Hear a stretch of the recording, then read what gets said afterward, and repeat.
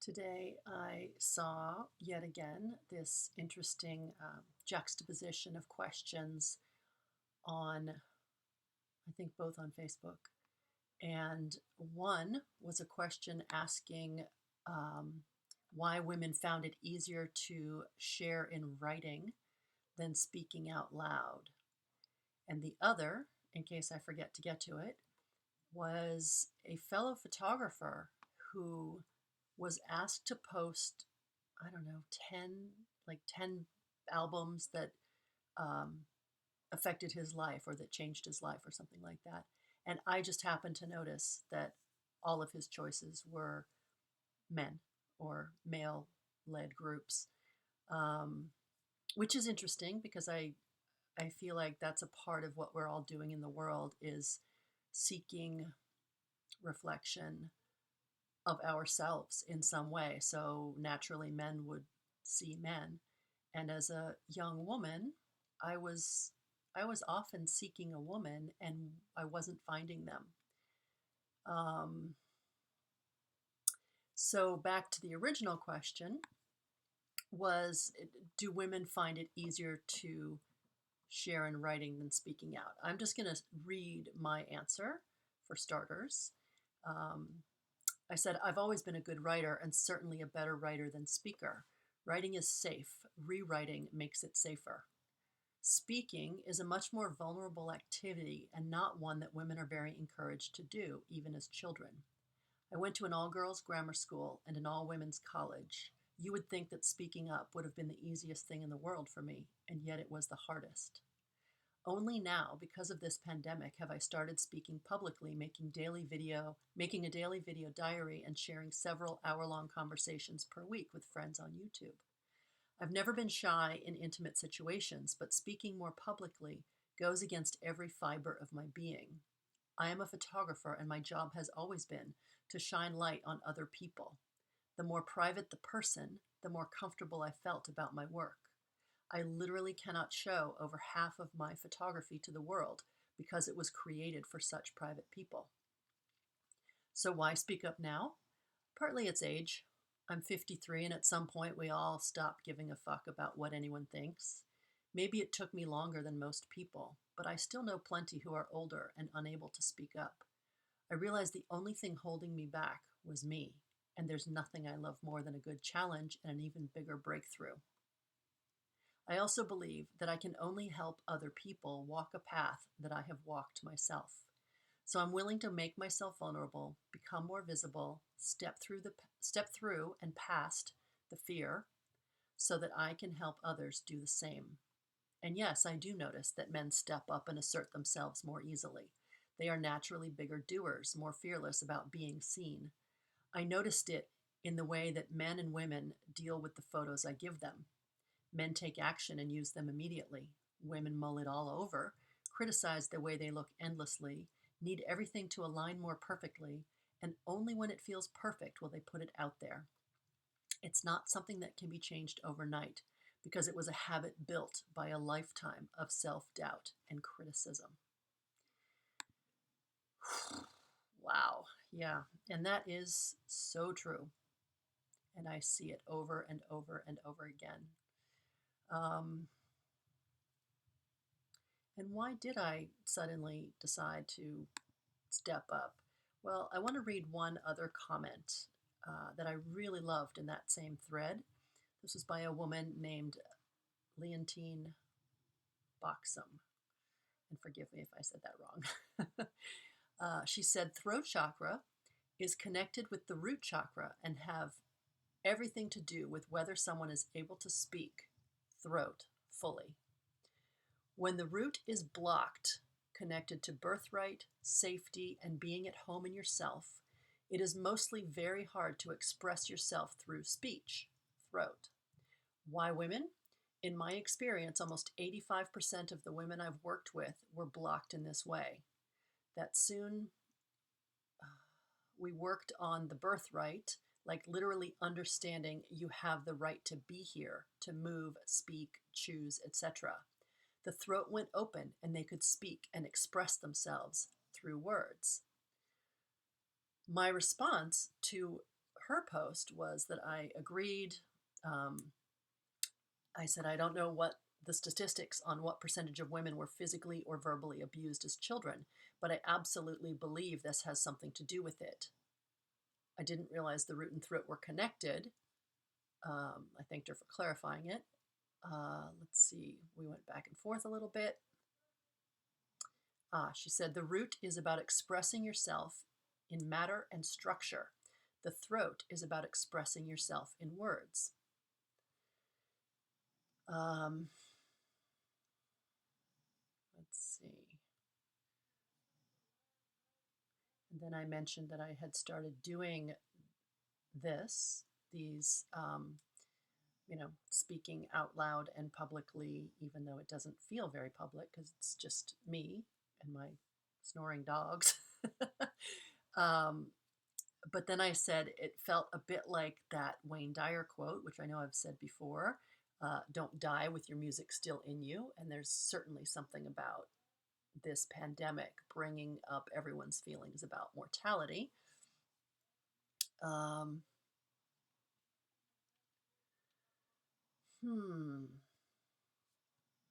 Yeah, I don't need to, I'm not going to refer to that anymore. But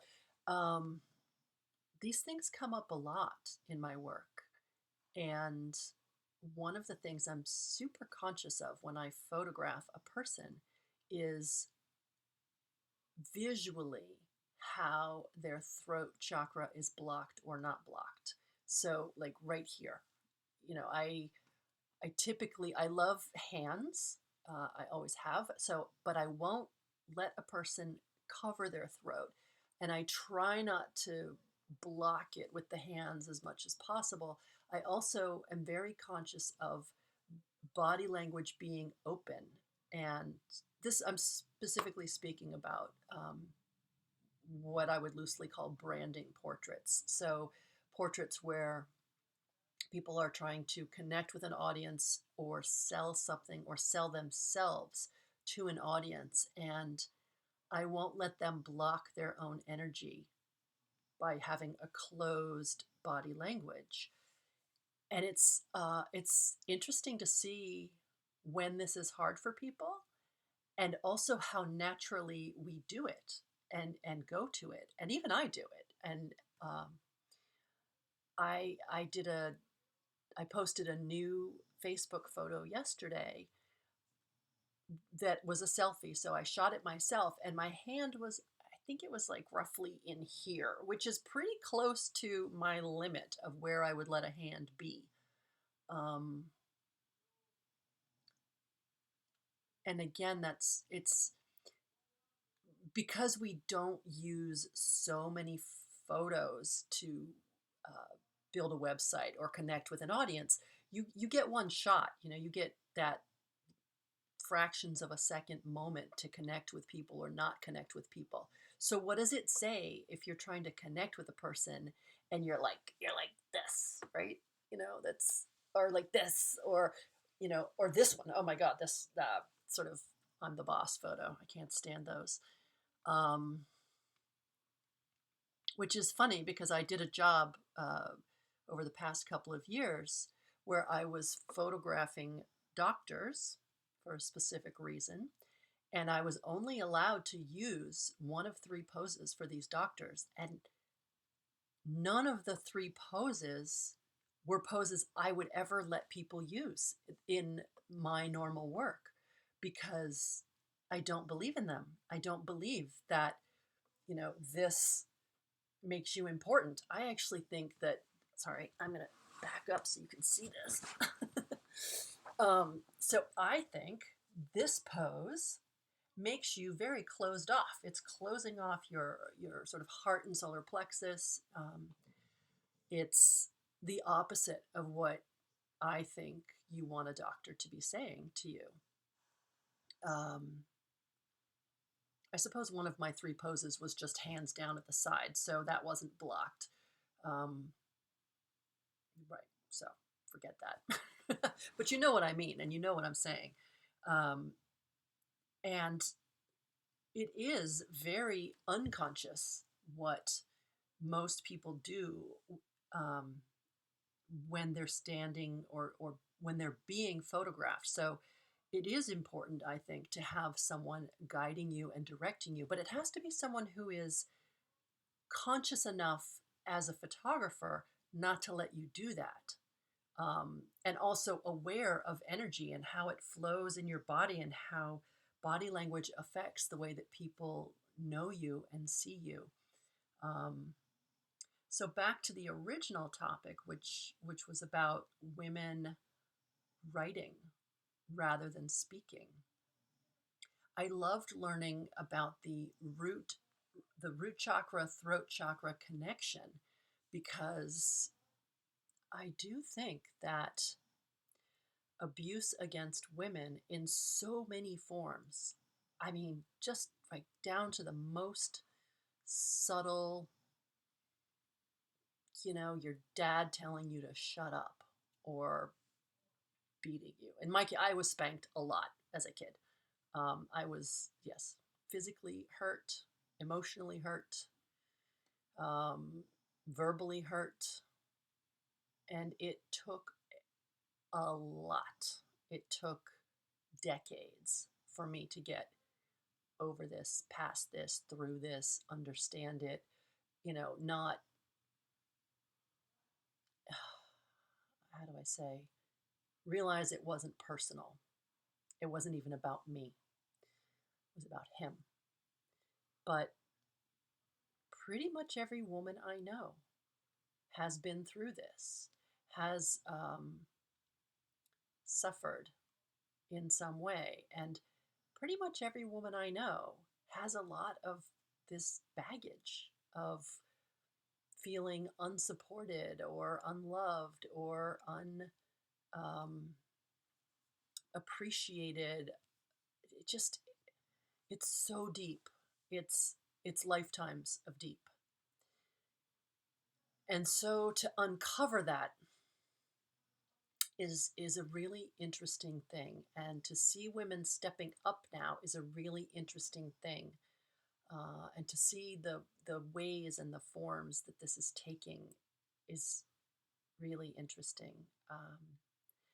I tend to love photographing older women now, maybe because they're living a phase of life that is more similar to my phase of life, and my work is always a reflection of me. And I think I've said that before, but I really do believe that when you look at a photographer's work, you are looking at the photographer themselves. You are looking at who they are, because we're out there feeling the edges of life as well, trying to know ourselves and trying to find ourselves in the world. And we are reflecting all of that back to ourselves. So yes, when you look at your pictures, you are looking at me, whether you knew that or not. And when I choose what I am photographing, I am finding myself in that. So my people, my clients, my friends are all a part of me and are all rolled into me and how I see myself. And there is that funny part about photography where we hide behind this device to filter the world and to feel safe in it. Yeah, that's a conversation that comes up a lot with me about the device itself being a sort of force field or shield or way to hide. And a lot of photographers go to that place of hiding behind the device, and then they stay there. They stay there and they don't come out in front of it. And sorry, my dog is having a big scratch over here. Come here, baby. Spencer. Let's see if he wants to be on camera. Come here, buddy. Come on. You want to be on camera today? No, he doesn't.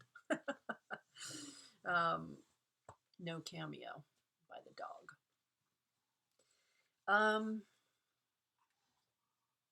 So, why do women write more than they speak? A lot of reasons. Actually, I have to say it was a really interesting thread because um, everyone brings to the question their own lens, their own filter, their own answer. A lot of people said, why do you even presume this is true? And is it true? And, uh, the question itself posed a bias. And isn't that what life is? Don't we all have a bias? We do.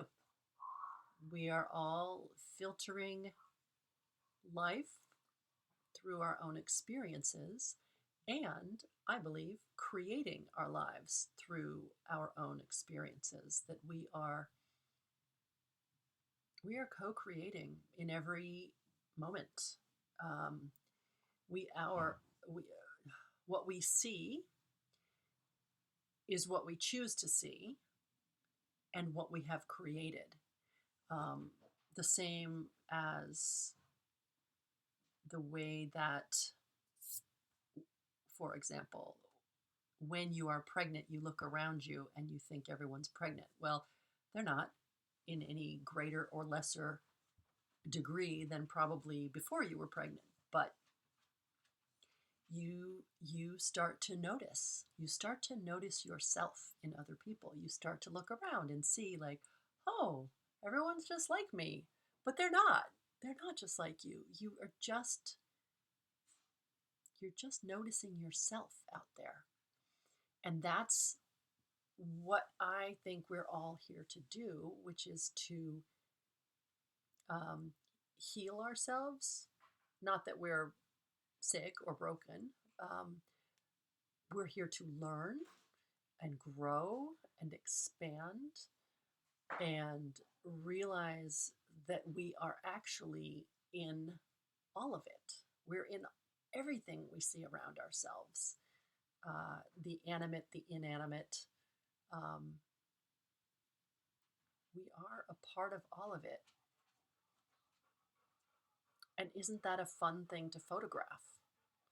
And then when I put all of the photographs together and maybe stick them on Instagram, uh, aren't I also then reflecting